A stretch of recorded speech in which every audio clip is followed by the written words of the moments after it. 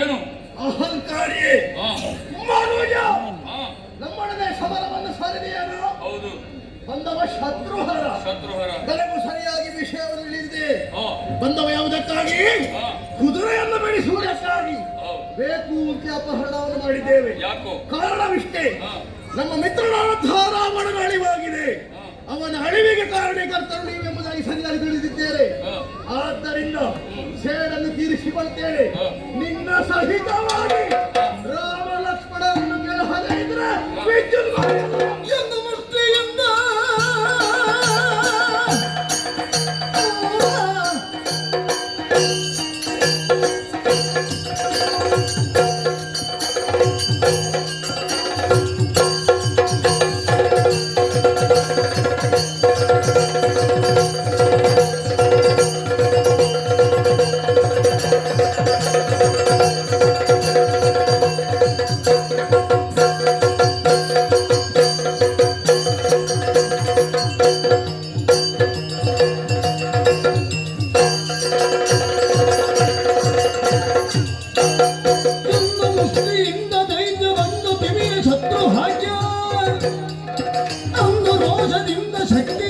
ಮೆಚ್ಚನು ಅಂದು ರೋಷದಿಂದ ಶಕ್ತಿಯಿಂದ ಮೆಚ್ಚನು.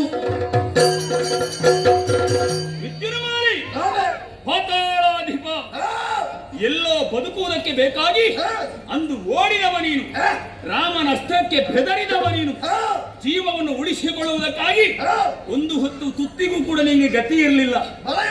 ಬಂದಿದ್ದೇನೆ. ಯಾರದ್ದೋ ಒಂದು ಸಹಾಯದಿಂದ ಪಾತಾಳವನ್ನು ಸೇರಿ ಈಗ ಮಾರುಮಲೆತು ಯುದ್ಧಕ್ಕೆ ನಿಂತಿದ್ದೀಯಾ.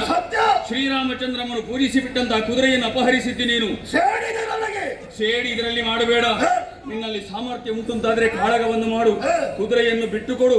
ಇಲ್ಲಂತಾದ್ರೆ ನನ್ನ ಅಸ್ತ್ರವನ್ನು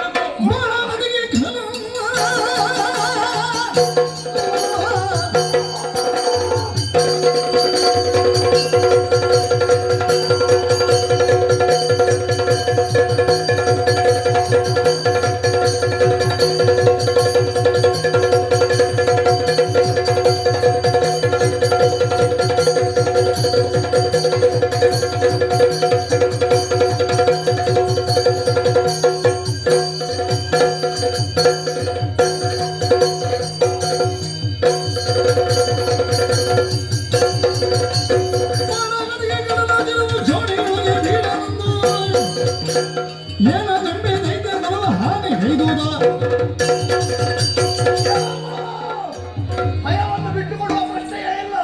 ದೈತ್ಯ ಕುಲವನ್ನು ಹಾನಿಗೈದಂತಹ ನಿಮ್ಮ ಶಿರವನ್ನು ಹಾರಿಸಿ ಯಾರು?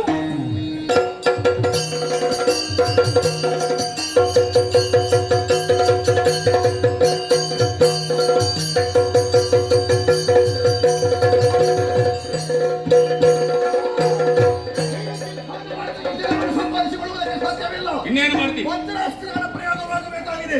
ಇದು ಅನ್ಯಾಯ ಅಸ್ತ್ರ.